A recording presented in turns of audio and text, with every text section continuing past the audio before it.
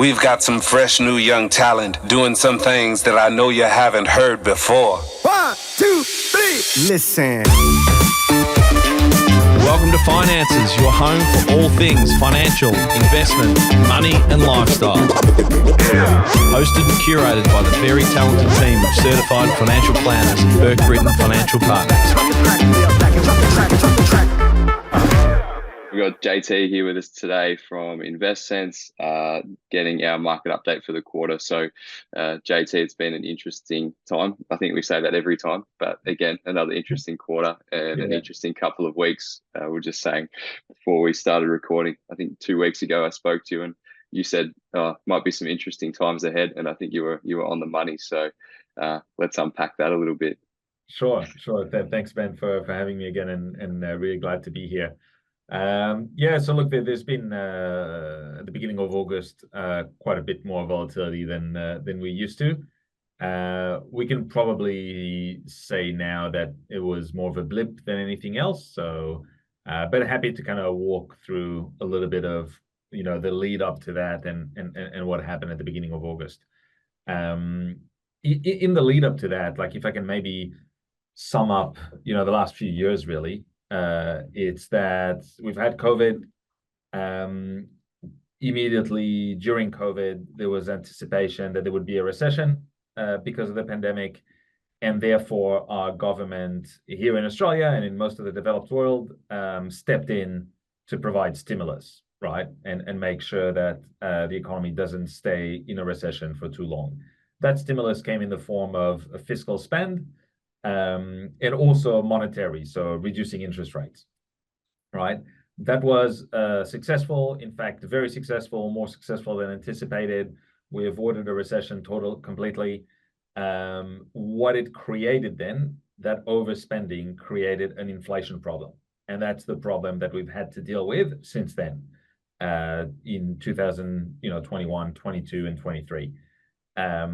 Now, all of what the central banks essentially have been trying to do over that period of time is reduce inflation, take it under control, but try not to crash the economy in the process, right? You got to slow down the economy, but not too much that you don't create a recession. And that's a very difficult exercise to get exactly right. And markets generally have come to call that the soft landing, right? You're going to land on the inflation and reduce economic activity a little bit, but not too much. And that was very difficult. Up until this point, I'd say by and large, they've been pretty successful at doing that. We've seen inflation come down, and actually economic growth has remained quite steady. And we've reached, that point in time at the end of July where almost ready to say mission accomplished, right? And what that means, what mission accomplished means, is that the central bank can now start slowly reducing rates. You don't need to maintain rates that high because there's less of an inflation problem. And that is really good news for everybody. All investors, bond investors, equity investors, low interest, and low interest rates benefit everyone in the economy generally.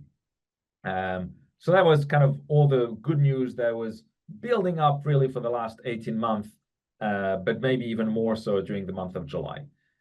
And then what happened at the beginning of August is we got one data point that suggested that actually we may have a bit more of a recession risk than we anticipated. So inflation is fine, all tick, but actually unemployment started picking up in the US more than expected. And, when unemployment picks up, it's usually a sure sign that the economy is weakening, and that was happening faster than expected. So the market started worrying about a recession, and hence why we got that reaction. Now, one of the things that we've discussed is, is the reaction disproportionate to the news item?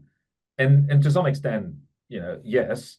And as we've discussed, in our catch up 2 weeks ago, we spent a bit of time on that. Is the difficulty in market analysis is understand what is already priced in. Where are the expectations? And essentially, if all the good news is already priced in, expectations are fairly high, then even a small disappointment can cause kind of an outsized effect. And that, in a nutshell, is what we saw at the beginning of August. Yeah, and I think maybe because we'd been on such a had been a good run for the markets, and most people's portfolios still, if you look at a 12-month return, is incredibly strong. I think again, it's probably a little bit of the media love to jump on a negative story as well, because I flicked on the news on the Monday morning, and I thought the whole world had melted down for a little while there, but in reality, it was probably had taken maybe a fortnight or a month's worth of gains back off the market. We're still in a very, very strong position. And if you look at those portfolio graphs across the 12-month period, they were trending up beautifully, and then just a little dip just right at the end. And then I think, everything sort of restored order again pretty quickly. But I suppose people are sensitive, aren't they? Like, we're probably more sensitive to, one negative indicator than we've ever been before, and we'll probably talk about it shortly. But if someone doesn't quite meet a positive expectation or beat their expectation, how negative that can be perceived as well. It's a different time to what we've had previously. Yeah, absolutely. And that's very much a function of valuations being high, right? So that's a bit of a technical term, but what it means is, as investors in shares, we're asked to pay a fairly high price relative to fundamentals and relative to what we normally pay for shares. And that means, again, that a lot of good news is priced in, and when there is a little bit of disappointment, that tends to have an outsized impact. I think you make a good point in relation to, putting that back into the context of 1 month, 6 month, 12-month performance. Yes, it was a large move for one day, but in the context of the last 12 months, it was a bit of a blip. And the reassuring thing is that over the next few days and in the kind of week after that, then markets have by and large recovered, if not all of it, at least more than half of the fall. So there is that period of time, for a couple of days where, you start wondering, is this the start of something larger, right? Like, is this the start of a 20-30% correction? And I think now we can say, well, it wasn't. Right, like, which is not to say that it couldn't happen again tomorrow. But I'm going to hold you to that. It definitely wasn't. It definitely isn't the beginning of doomsday. Yeah, exactly. I think, and again, I suppose what we've played in this cycle of too is, as soon as that market has a drop, people actually see the opportunity, and then people are starting to pile back. As soon as you get that little drop, people are then putting money back in and going, oh, okay. Very quickly things look okay again, and then we sort of start our progression again forwards, which has been, again, as things that look okay. And I suppose, again, reminding people of the fact that markets are super forward looking. Like, we're looking not about the next 1, 2, 3 months, they're looking months and years ahead of where we are at the moment. And maybe that just a quick note on maybe even the US election coming up, and again talking about pricing things in. I think there's always a bit of a fear with that going on. What does that mean for markets? Well, maybe just some commentary on that and how that's already maybe factored into the market. Yeah, sure. So there's maybe a couple of things I'd like to highlight in relation to the US election. One of the things that we discussed early on in the year was that we expected the US government to spend a bit of money in prior to the election, and that's pretty typical of most governments. Our government here does the same. The government in place, has a bit of an advantage relative to the challengers, and they can afford to spend more on the economy, make sure the economy, everybody's happy, and that tends to be favorable from a voting perspective. The surprise was that as we're getting closer to the election, which is less than 3 months away now, we haven't seen that increase in spending. And by now we should have seen it, because there's a bit of a lag between when you start spending the money and when you start seeing the effect of it. And so we should have seen it, and it hasn't really started. I have to add up to maybe the last couple of weeks, but like, we're talking really kind of short-term data here. And our assumption has been that, in this particular election, economic strength has taken a back seat to inflation. And inflation is really the number one topic. I don't know if you've watched the Biden-Trump debate. Remember ages ago when the presidential candidate was still Joe Biden. Yeah.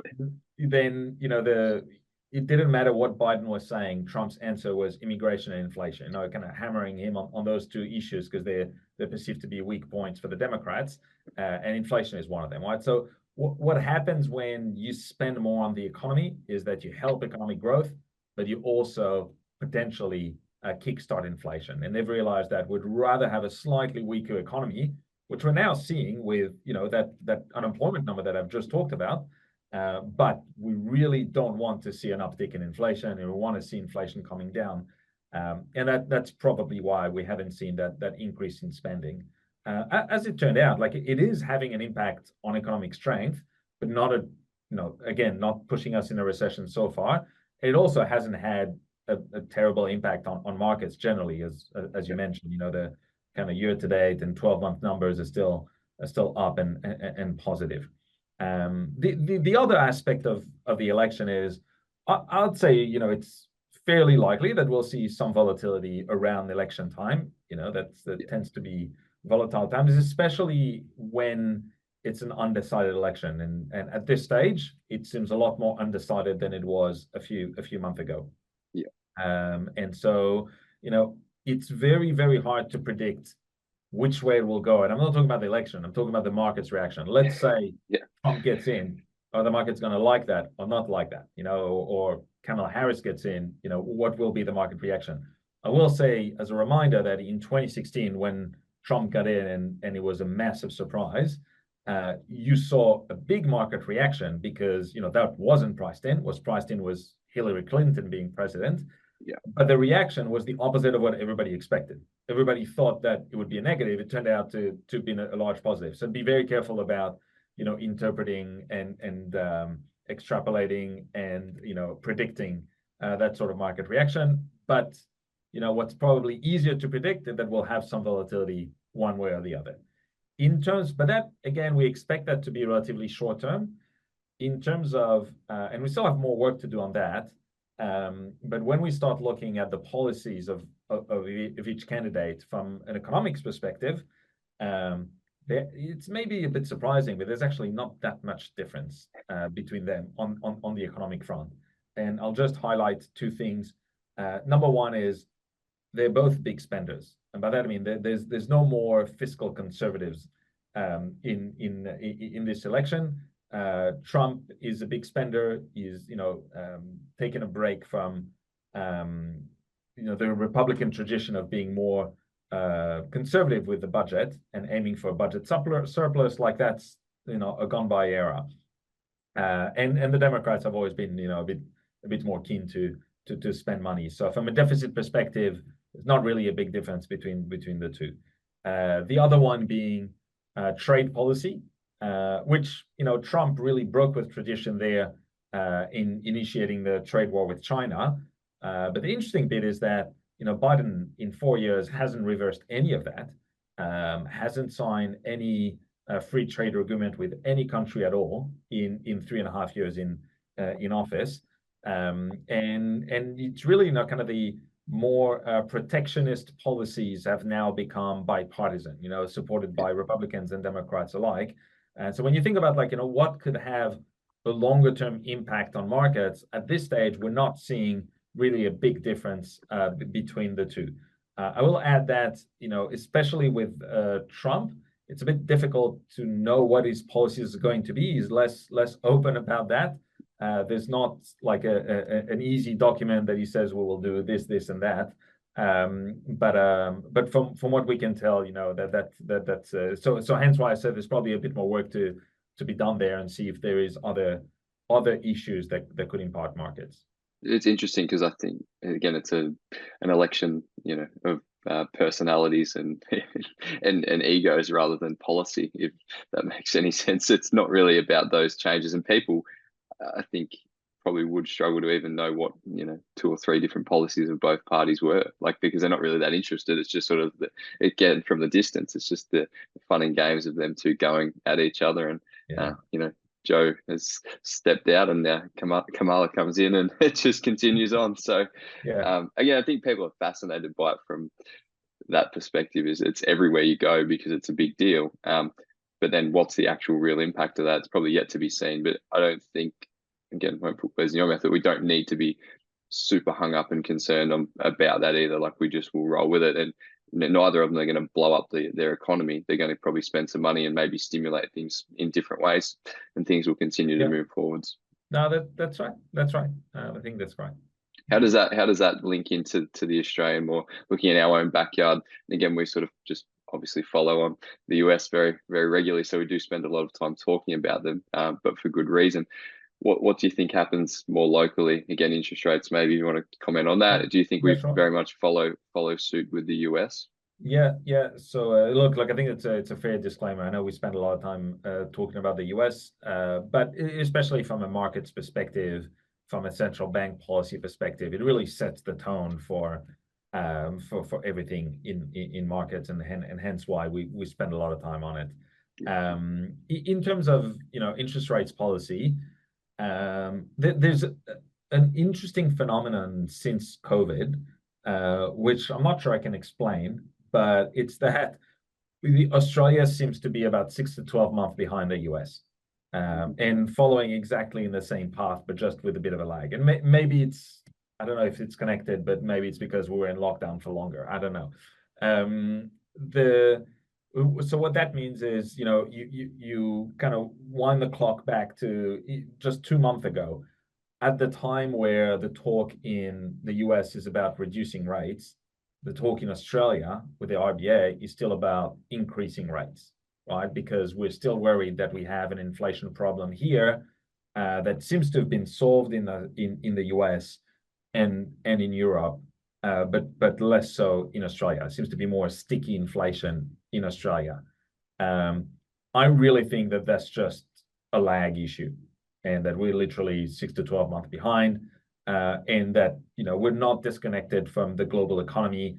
And if we're seeing inflation coming down everywhere else in the world, I expect to see the same here, and we are seeing it happen. It's not happening at the rate that the RBA would have liked to see, but it is happening. And I think fast forward to today, there's much less worry about the RBA having to increase rates. Probably they'll have to maintain rates where they are for a little bit longer, and then probably join the rest of the central banks around the world in cutting rates sometimes next year. Yeah, is that so the general consensus now? Is that we're just going to hold for a period? Like, and again, we probably felt like it's going to be holding for a while. There's always that little bit of fear, and maybe that gets projected out to keep people on their toes about the potential for a rate rise. But you just need to talk about it. That's probably enough. They don't actually need to pull the trigger on that. Yeah, and look, you're right. Like, I'm really highlighting the consensus here. I'm not making a prediction of where we see things. As you know, and we've discussed this, I don't think anybody has really an edge in consistently and accurately predicting where inflation and interest rates are going to be. Why I think this discussion is useful is I think we have to be ready for different scenarios, right? And it's important to see what's the consensus scenario is, what is kind of priced into markets, and therefore allow us to think on either side of that scenario what might happen that could surprise markets, right? So if we're talking about a consensus today that interest rates are starting to come down in the US and they're fairly stable in Australia for the time being, then what very well could surprise markets on either side is if we have actually inflation that starts ticking up again, which it looks like a small probability at this stage, but it's never zero. Or on the other end of it, if we dive into a recession much faster than anticipated. And on the one hand, that would cause the RBA to increase rates. On the other hand, it would cause the RBA to reduce rate much faster, right? So but both of those things, all of the three scenarios have to be in front of our eyes. Just got to be aware that the one that's priced in currently is the middle one. Yeah, and I think, again, it's always like that. I think we're probably just more aware of it than normal because rates have been a bit higher than they have been, but there's always a risk of rates going up or down. We just probably aren't as actually acutely aware or conscious and need to be worried about it, where we've been through this period. Everyone's starting to burn a little bit, and I suppose realistically that's what they want. Like, they want people to feel that pressure. They've just had to keep that pressure on a little longer, and then that will start to roll off. I suppose, how has that impacted companies? So, like, looking at some of the stocks that we hold and just the market broadly, reporting has been coming out for a lot in recent weeks. What are the results been like across the board, and maybe a couple of specific stories around some of our holdings? Yeah, sure. So it's a bit early days because we're right in the middle of reporting season in Australia. Reporting season happens, twice a year. Companies have to report their results to the ASX, and it happens in February and August. So we're like right in the thick of it. Typically, what we'll do is at our next investment committee, we'll have a bit of time to look at all those results. Look at every stock in isolation, see if kind of the thesis for us holding it has changed based on the new information, and usually can do a little bit of rebalancing, a few buys and sells, etc. So we're really in the thick of it. I can talk to probably a couple of companies that have already reported and that we've had time to look at. They actually both happen to be in the healthcare sector. It's not completely by chance. It is the sector that in our portfolio we are the most overweight relative to the index, and so I guess to some extent it is important that those companies do well for us.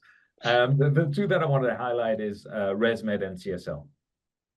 So ResMed, if you recall, it's a company that we've held in the Burke Britton portfolios since we started collaborating together and launching those portfolios. And it was a company that we liked. It's a good, really high quality Australian company that has a very steady growth of earnings, and as is usually trading at a quite expensive valuation, which reflects that quality, right? Like it's a high quality company, you have to pay a bit more for it. We thought that it was worth having in the portfolio. What happened at some point, I think about a year ago, maybe a bit less than that, timeline gets a bit confused lately. Time flies. Is the emergence of what's called GLP-1 drugs. They are drugs that were originally intended for, refresh my memory. Diabetics. Drug, exactly. Yeah. Diabetic drugs, and that were found to have very interesting side effects in lost weight. And they were kind of repurposed for a dual purpose, not just for diabetics, but people with obesity as well. And this was kind of a big craze, especially in America and in those 2 or 3 pharma companies that have those drugs. But then immediately the market started extrapolating to, if this is going to be such a revolutionary drug, what else is it going to impact? And ResMed specializes in sleep apnea products. Now, there is some correlation between being obese and having sleep apnea issues. And so the conclusion was, if there are in the future less obese people, there will be less demand for sleep apnea. And the share price of ResMed fell by about 30% or so. Right? It was like lost a third of its value. And look, we looked at that, and with our uneducated eyes at a few medical research papers that have been written on the subject. The link between the two is not that clear, between obesity and sleep apnea. There is some link, but it doesn't seem to be anywhere near that magnitude. And so we looked at it and said, look, it seems to have been an exaggeration on the market reaction, which, as we discussed earlier, is also what created opportunities. And we essentially doubled down on ResMed.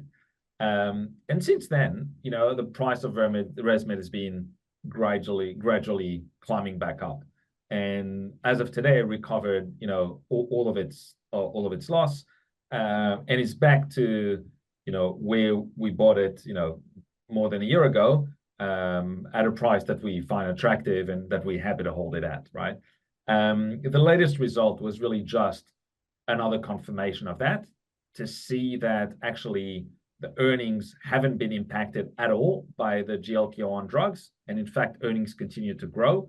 Now, ResMed itself has an interesting theory, which is not only is it not going to negatively impact their sales, it's actually going to increase their sales, because they say there's a lot of opportunity for dual, people who will take those drugs will actually be more aware of the sleep apnea issues, and there's an ability to combine the two treatments, basically.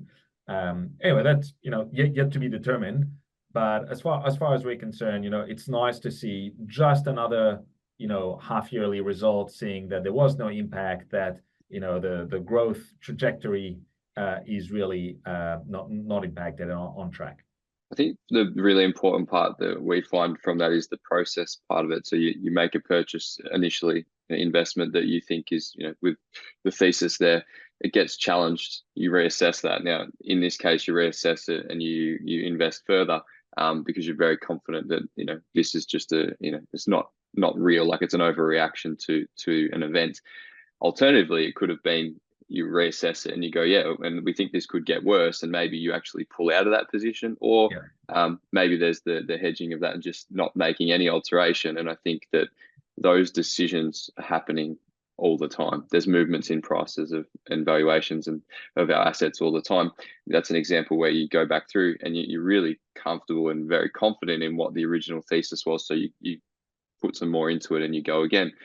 Sometimes you have to accept the fact that maybe that is actually maybe not terminal for that company, but it is going to be a long-term impact. And that's where the really difficult part for people that don't have a buffer of information is to actually pull the pin on something and move elsewhere. And I think that's where, again, this process with the SMA and getting InvestSense expertise on it, we can wade through that and make these really good decisions on a stock specific level, as well as looking at the broader market. And I think that's where a lot of people go wrong. It gets emotional when you see those drops.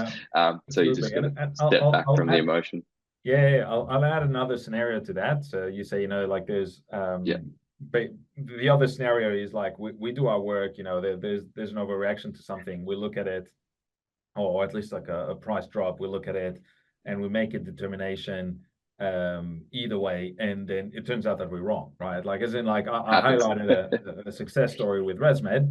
It could have gone another way, which is why I think it is important to always emphasize that we're doing that across a diversified portfolio. And there's 30 odd stocks in that portfolio, and you apply that process with discipline across enough stocks that you can get one or two wrong, but you're not impacting the overall return of it, and on average it works. And so I thought it was important to mention that, because next year we could be sitting there and discussing one that what wasn't as successful, but what's important is the process, the discipline, and more importantly, the diversification. Yeah, that's it. The process is what helps us to eliminate just complete luck. Like, otherwise you're just putting it all in there and it's just the luck process. And sometimes people get lucky, but on average, if you have good process, then you'll do much better longer term. So what was the other healthcare stock? I think it might have been CSL. Is that the other one you wanted to touch on? Yeah, that's right. So CSL, always worth discussing. It's one of the largest position, if not the largest position in the portfolio at the moment. Look, the story with the CSL is that it was always been for many years now a really high quality and also a company growing its earnings quite fast. In Australia, it's really an Australian champion that exported its business to the US very successfully. And it's worth noting that although it's growing earnings very fast, it's not distributing a lot of dividends. It's not a dividend stock. It's a very low dividend stock, but it's reinvesting earnings in a profitable way. What happened with they saw fairly large disruptions because of COVID, and it's taken them a few years to recover from that. And at various points in time, they may have seen a little bit behind that recovery relative to what the market expected. These has usually been opportunities for us to add to it. So we haven't added to it in as a meaningful way as we've done with ResMed, but it's more on kind of like occasional rebalancing. If it happens to be at a period of time where the share price is a little bit weak, we're happy to kind of rebalance, increase weighting a little bit. The latest result was, very much in line of what we were talking about earlier in terms of expectations versus reality. If you look at the result in isolation, it was actually a pretty good result. The recovery in the main business of CSL, which is plasma collection, is now definitely on track. Their vaccine business, which is another big component of it, is doing okay. There's one disappointment in their third largest business, which is, I think, an iron supplement business, which, has done okay, but not as well as expected. All in all, it was a good result, but it was less than what the market expected. And you saw kind of the share price react a little bit negatively to that. Not hugely negative. I think it was down a few percentage points. And as often the case with CSL, it kind of, in the next few days has recovered it. So for us, it was more of that's a bit of a nothing story, which is good. Like, we're happy with that, right?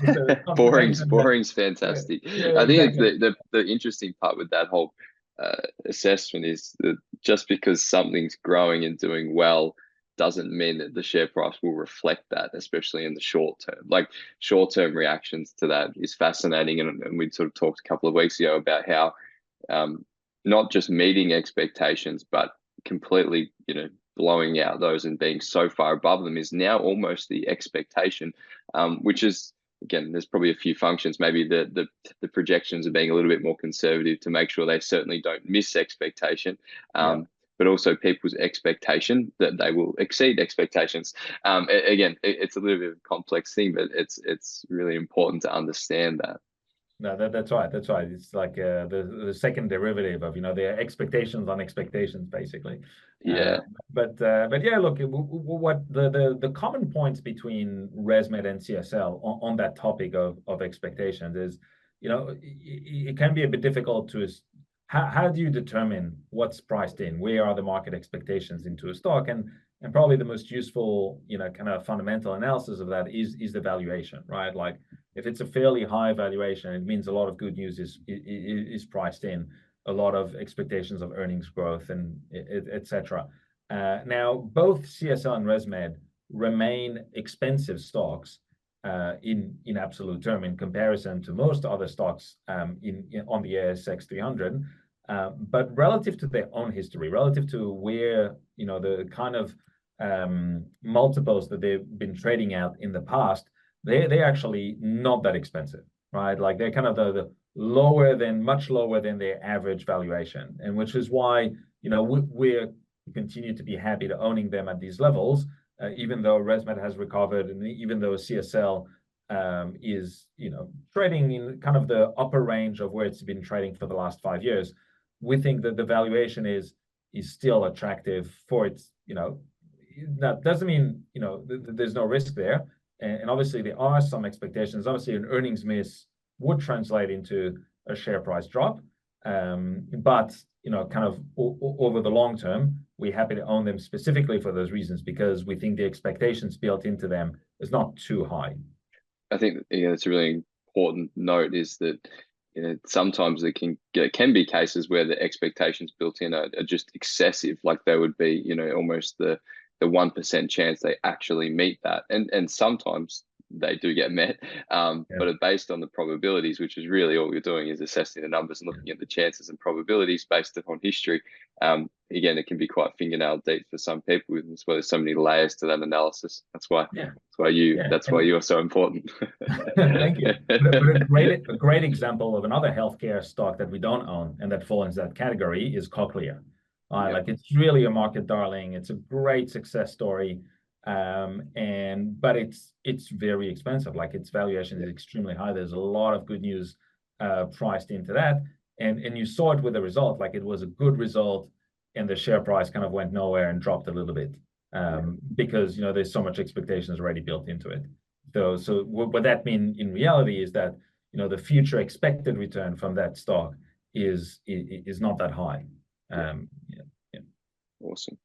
I think that's been a good wrap. Again, we get a bit of the macro view, mainly the US, and then a little bit of the Aussie stuff, a couple of stock stories, and then I suppose really looking forward to that next quarter. You'll have had time to wade through the rest of this reporting, and there might be a few more actions and things to follow that. But thank you as always, mate, for jumping on. It's always good, and I know people enjoy it, and you put it into nice, simple terminology so that even I can understand it. So.